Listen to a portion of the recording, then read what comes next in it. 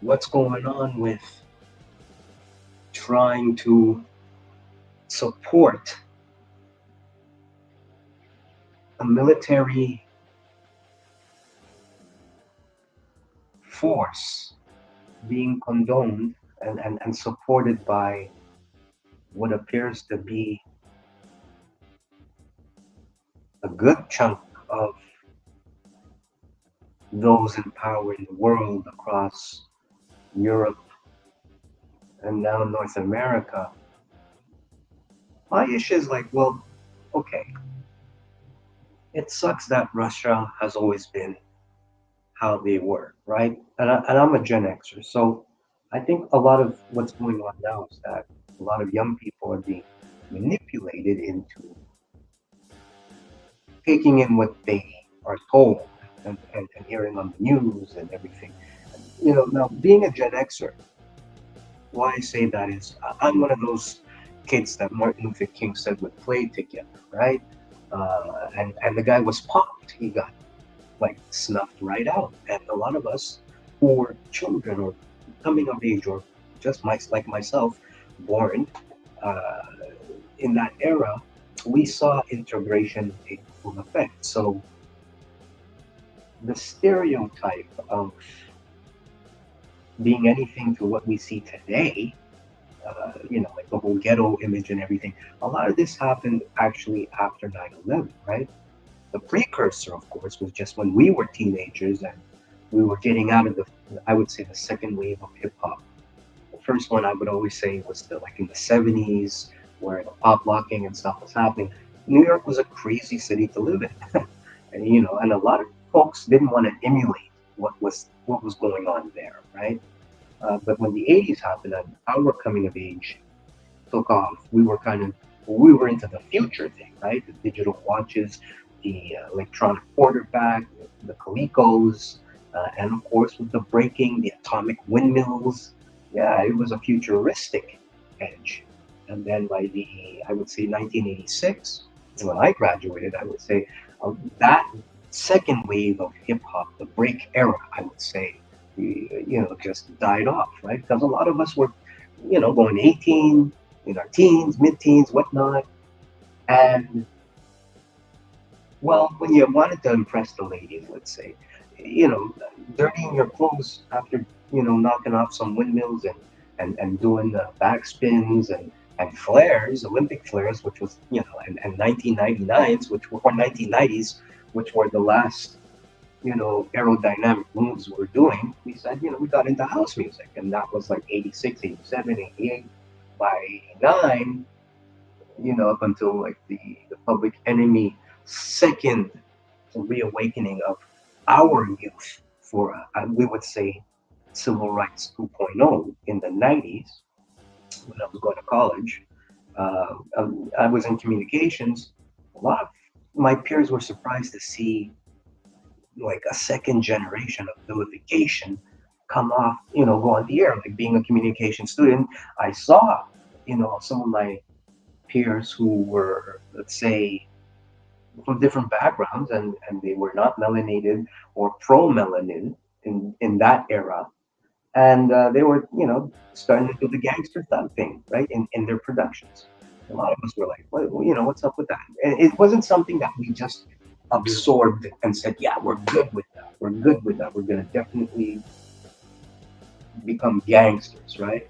So that did happen. And then by the time we were in our 20s and the 90s, we had to get involved. But this is where things got tricky. By then, I could say as a witness, like most of us, we saw the vilification get heavy. The OJ thing happened, like Jackson happened, right? All this heavy negatives, and then the gangster rap, and what was going on in LA and Rodney King. We were thinking, well, we're not even.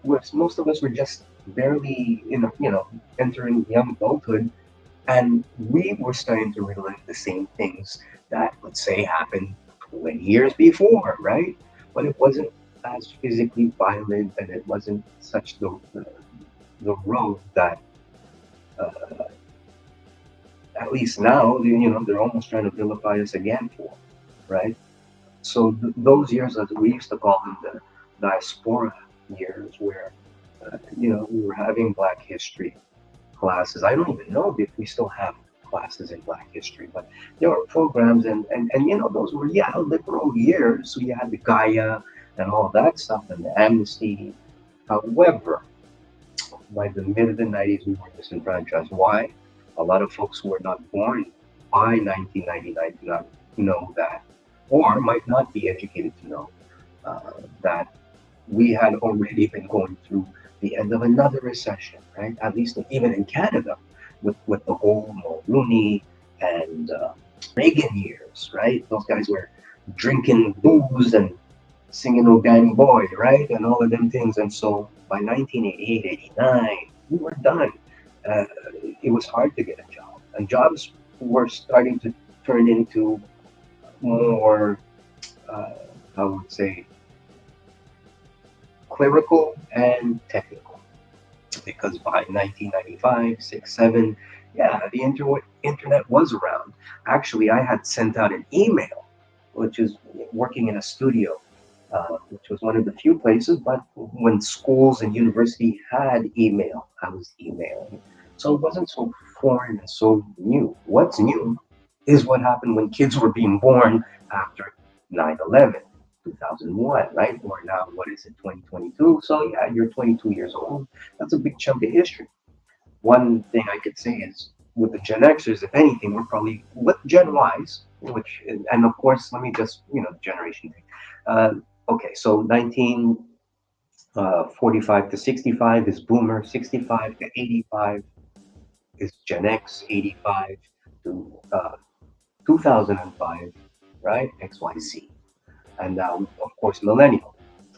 So I could say that by the time the XYs were starting to come of age, 2000 happens, 9/11 happened, boom, we're in another recession. This is like before Obama got it, right? People forget.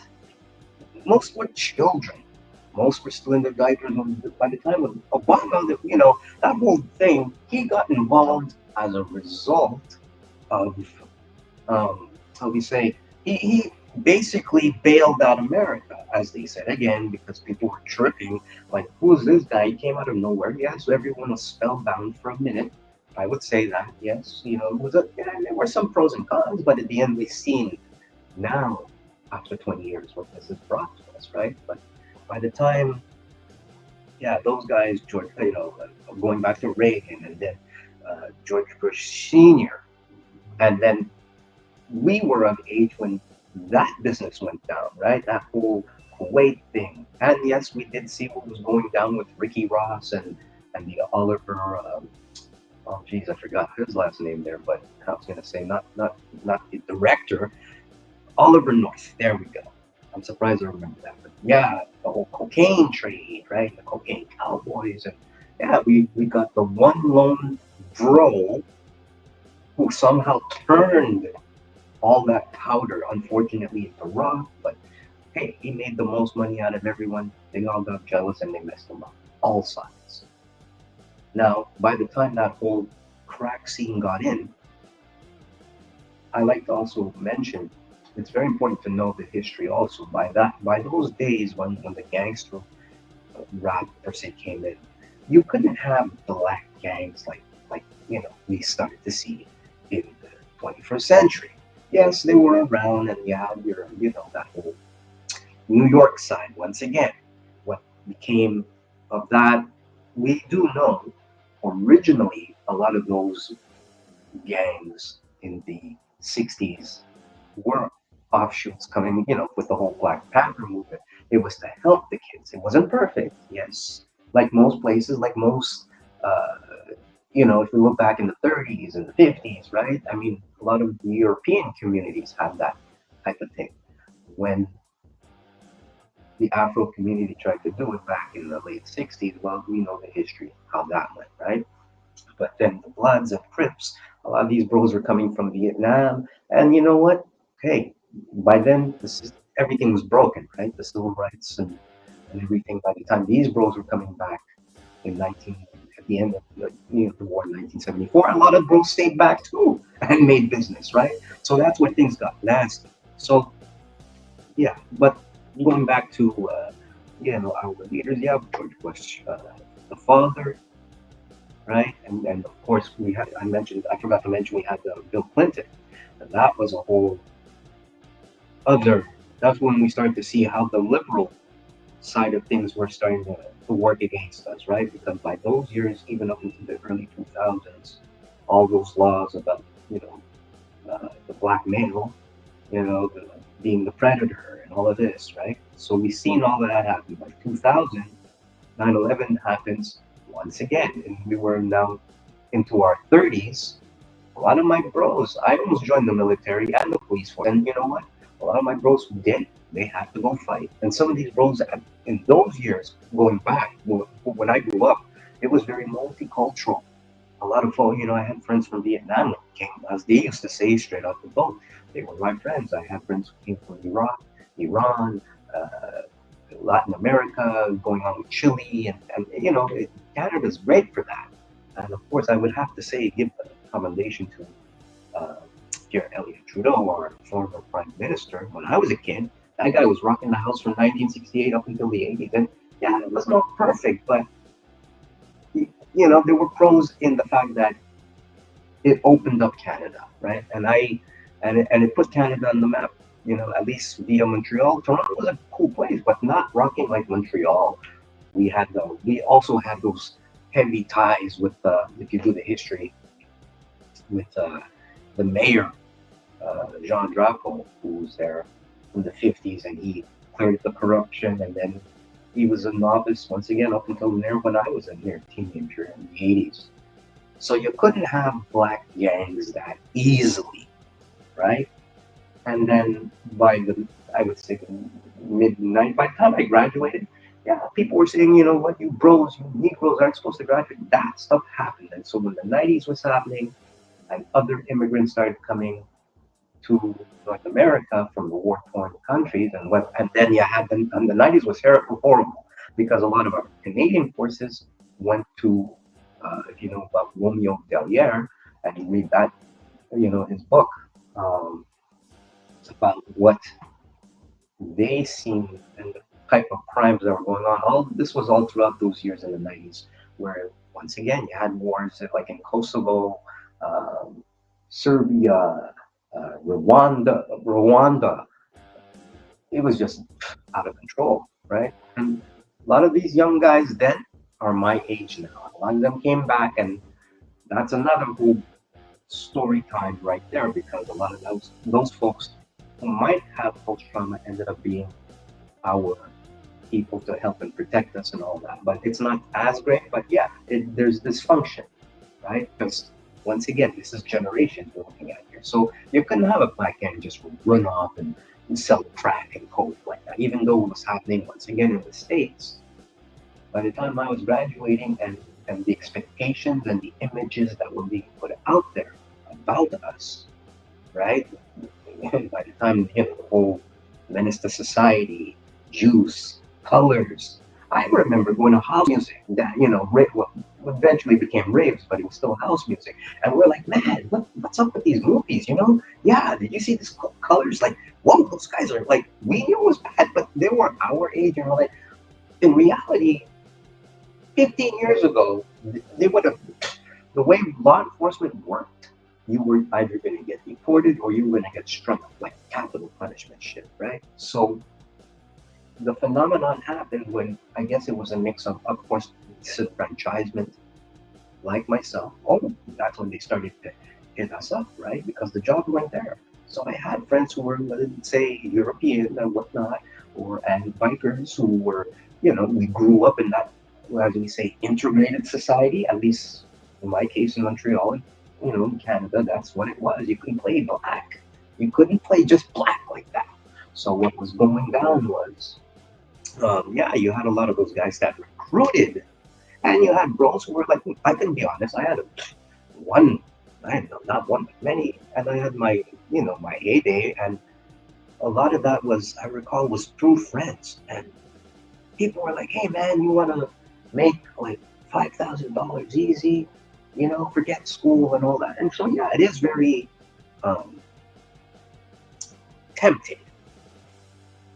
But in my case, I would say the grace I had was I remembered my grandmother, who was born in 1899, passed away in 1981. And I thought, and like I believe many young black men and I guess women who partake in that type of life, at least in that period, we had the conscience to know that, well, 10 years ago, a bro would have gotten his butt blown off to do any of this. So the ones who really got into it, yeah, a lot of them now, they got burnt. If you look up what happened with with a lot of the gangs in Montreal when I was there, those were my bros. A lot of those guys, some of them were not good breakers, and you know what? Hey, they ended up robbing a house. I don't know why, but you know that was pretty much how it started. It was once again trying to build a clique, and if you weren't cool, and especially with the mid '80s ending that wave of breaking, and us being that generation that broke that mold, a lot of folks saw that day things were not getting any better. Then by the time you had your Fresh Prince of Bel Air come on, and that whole stereotype about Carlton being a smart bro, he was the bro that actually was born a product of the '60s, being well, we would say proud, but yeah, I speak normal English. We didn't turn ghetto overnight. So by the time we had the Will Smith character come around, next thing you know, it's like, okay, once again, it's one ladder down, right?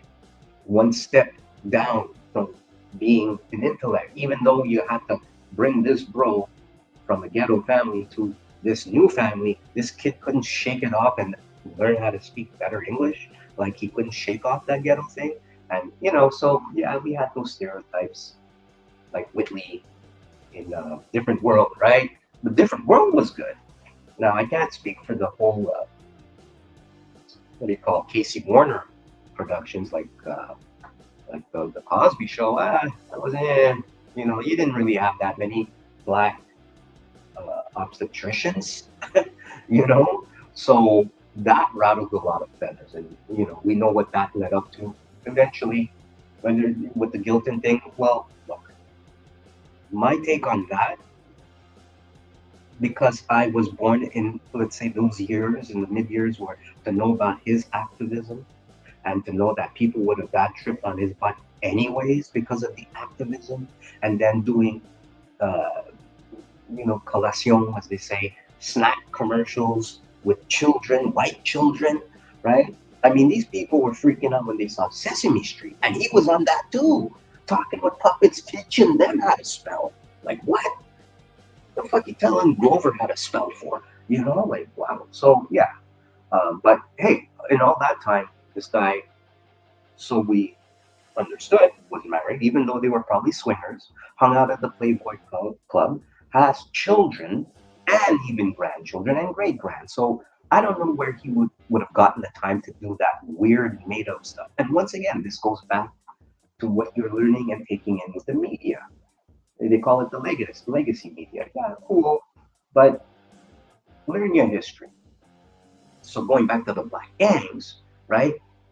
Legacy media didn't help that either, right? I remember seeing on the news, Canadian news, like in 1992, and Jane and Finch.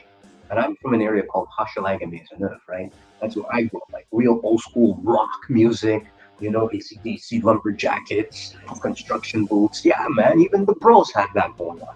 We had like that's what was being Canadian, at least in the '70s and '80s. Was AM radio. You couldn't. There was no, and even you had the odd.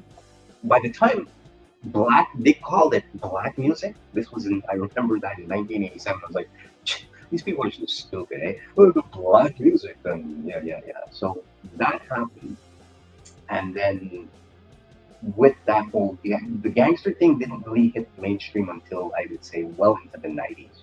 At least by the time Jump Around and Insane in the Brain and all that Gen Y culture came up, who were trying to, respectfully uh, piggyback and resurrect what became hip hop third wave.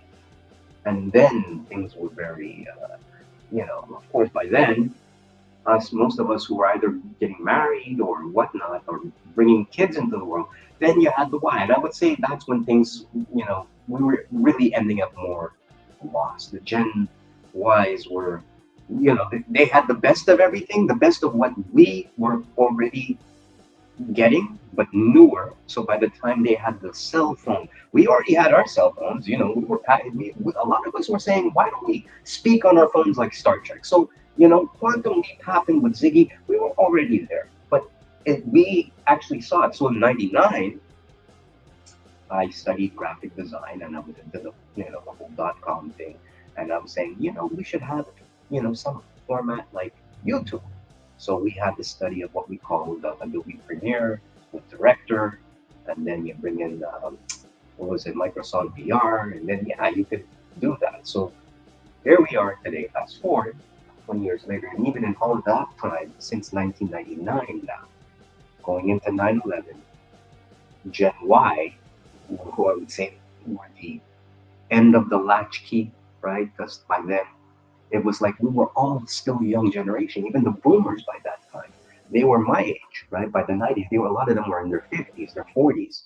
So we were all young. And then by 9/11, boom, I guess, once again, the, uh, the propaganda of how news was getting out and around started to impact us a lot more.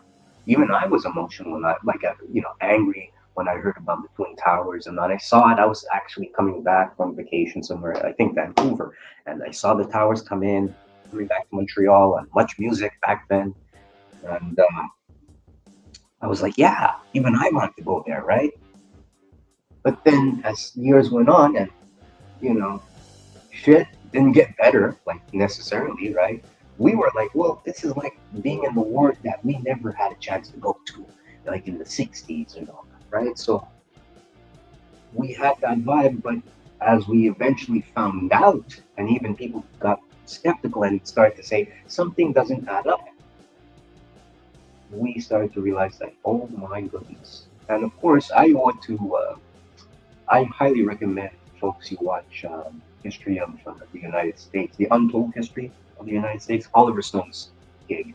That woke me up. So I was like, already what we already understood, but when you put it all together in the timeline, and these folks out there, the folks, when I say the powers that be, one of the things I've learned is these folks can wait a lifetime to make agendas happen, right?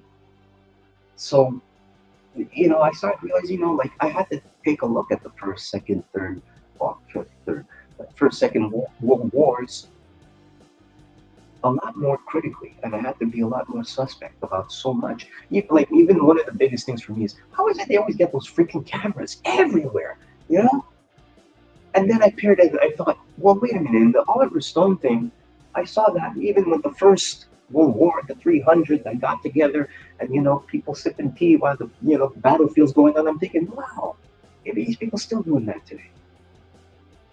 But I digress.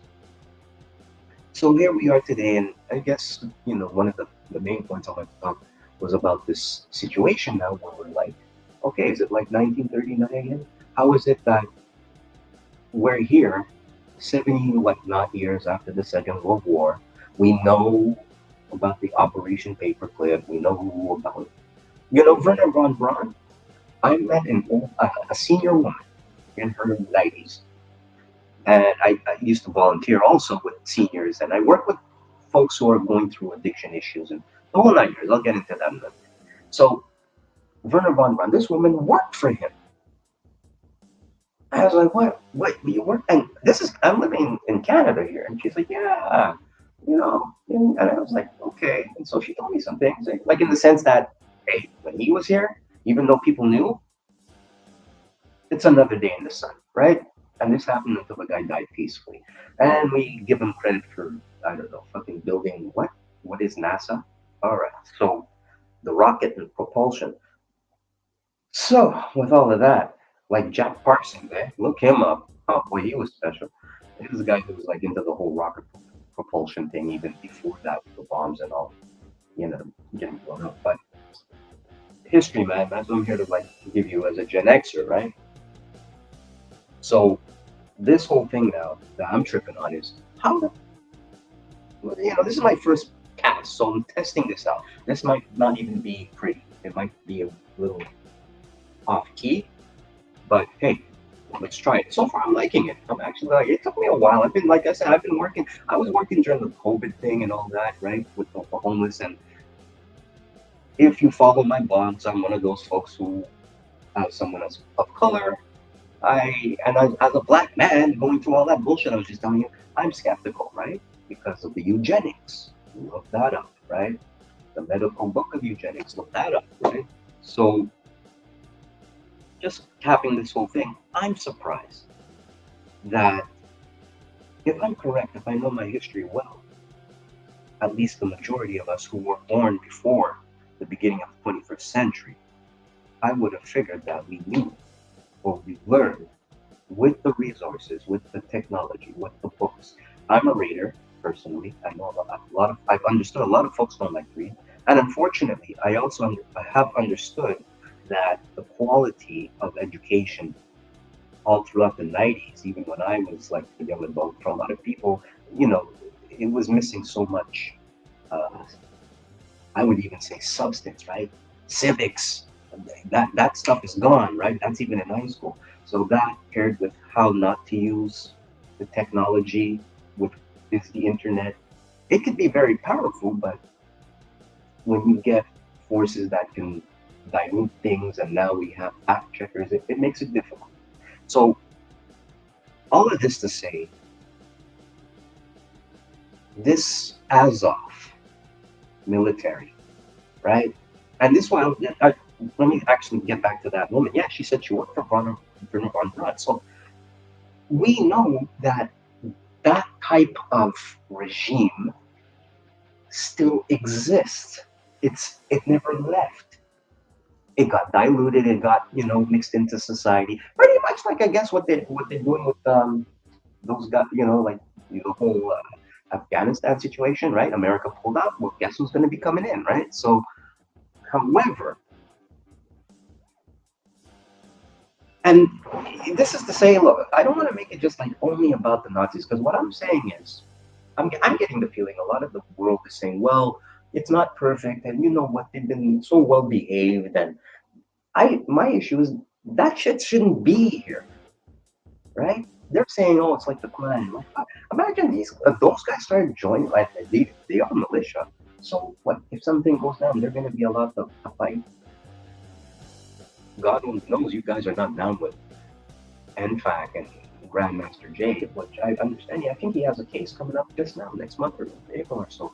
I hope he gets out, because you see, this is part of the key to bringing the one so-called together. It ain't gonna happen overnight, but we need to find ways to at least unite in such that even when you're thinking about, like I was saying, like how we got into like the youth of today, the gibberish of gangs. Christ, there was lead in the water all throughout the 90s and the thousands, right? So yes, the cognitive ability is not as strong as, let's say, other generations. And we have a lot of young people now, right? After the 2000s, and now they're in their 20s, and now they're tripping, they're bugging, and they're taking in the last century of information and essence of spirit in one big shot. A lot of these kids are old souls. Heck, in the early 2000s, they used to call them indigo kids, right? I mean, we forget so much. These kids, a lot of them are woke too, but a lot of them are misguided, and a lot of them are powerful enough to join militias like this Azov thing.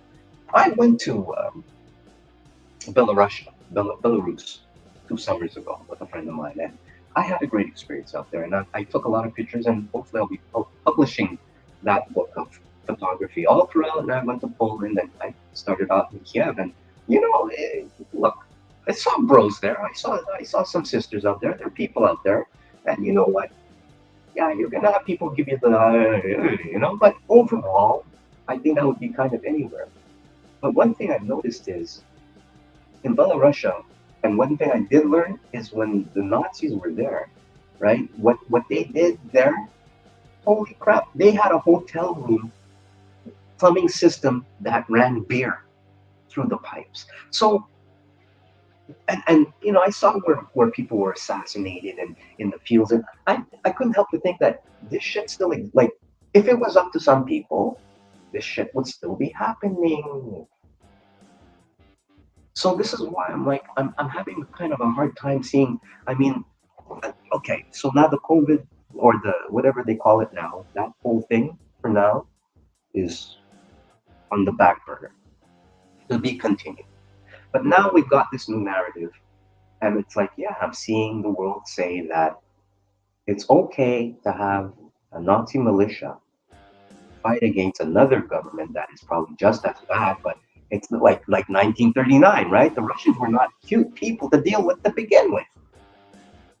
But when it came down to like at least helping the world get rid of Nazis, as they called it, they did their job. So I find it very odd that today, 2022, and I guess it's only because once again we have a young generation of folks that are so removed to what I was able to absorb. Being someone who was born at the end of the 20th century, I still was able to absorb what happened in as like the 90s, right?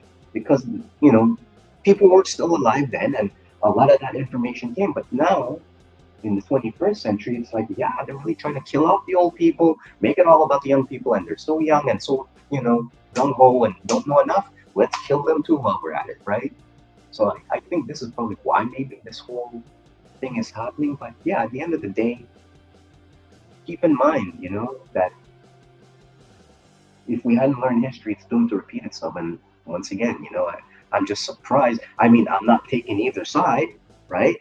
But at the same time, I'm like, you know, what I do in my platform on LinkedIn, as I do write the blog, and I try to be the data jockey. That's what I call what I do. It's data jockeying. Instead of disc jockeying, I'm taking that data and I'm jockeying it to you so you can actually decipher for yourself. I try to go with what, not I say facts. I try to find the truth in doing the right type of research, citing and looking for the historical background and even the people involved in whatever they're doing. So, like this guy Zelensky, yeah, I'm looking up where he's from. He's born in the 70s, if I'm correct, a little younger than me. Our prime minister is like, hey, happy birthday, bro. He just turned 50. So we're young. Don't get that shit twisted. We're not as mature as we think we are, but we do have enough knowledge to know the bullcrap that we lived through and passed through back in the day. So anyway, that's pretty much, I just want to throw that out as a test and see how that goes. And then, you know what? I'm not looking for that whole 1,000 people crowd.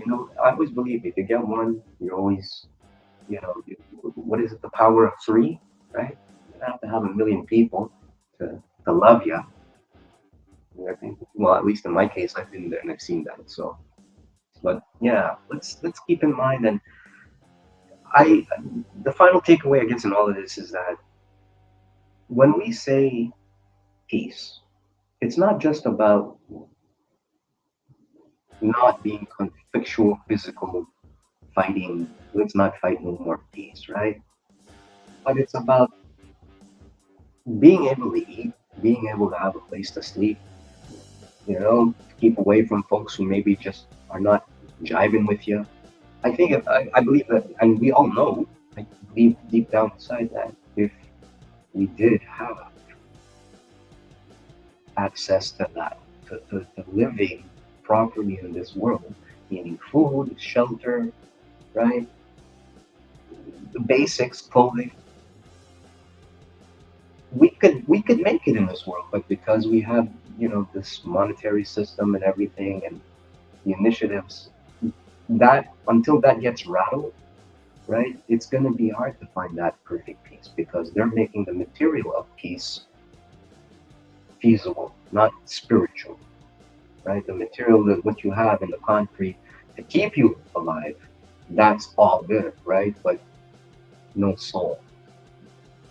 So yeah, this whole thing with those guys going to fight, the Azov crew going to fight for the right to be who they are, and then the rest of the world saying, yeah, we good with that. These guys, and the whole blonde hair, blue eye, and this, that. It's so trick, like, you know, but nobody cares about us anyway. So that's why it's like, we can't get too deep into what they got going on, but it does affect us because even though they're taking the big narrative already away, God knows what's happening to to our kings and queens out there, as we say, right? That the camera doesn't see. But for some reason, the camera's always there to see what it wants to see, whether it's dropping a bomb or whether it's doing something else. So yeah, these guys, even if Russia does get back the land and whatever, and they say they want to denazify and dematerialize military, that whole thing. No one's gonna say that stuff is done, right? Because it's still there. So I believe that's really what the great Satan is really all about. It's about those who are down with that ideology. Imagine if black folks started doing it, like even historic. I mean, maybe that's what happened. I don't know. Maybe way back we did that, and yeah, that's Egypt and everything. But heck, could you only imagine if we were going off like in any and everything that, let's say, America has done?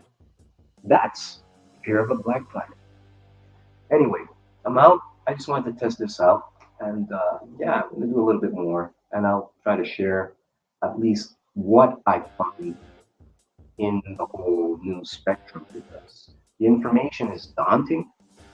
And while there's stuff being boycotted, I hear it, I think I mean, we do know that at least Russians do have children there. And they do have folks who are probably not down with what's going on.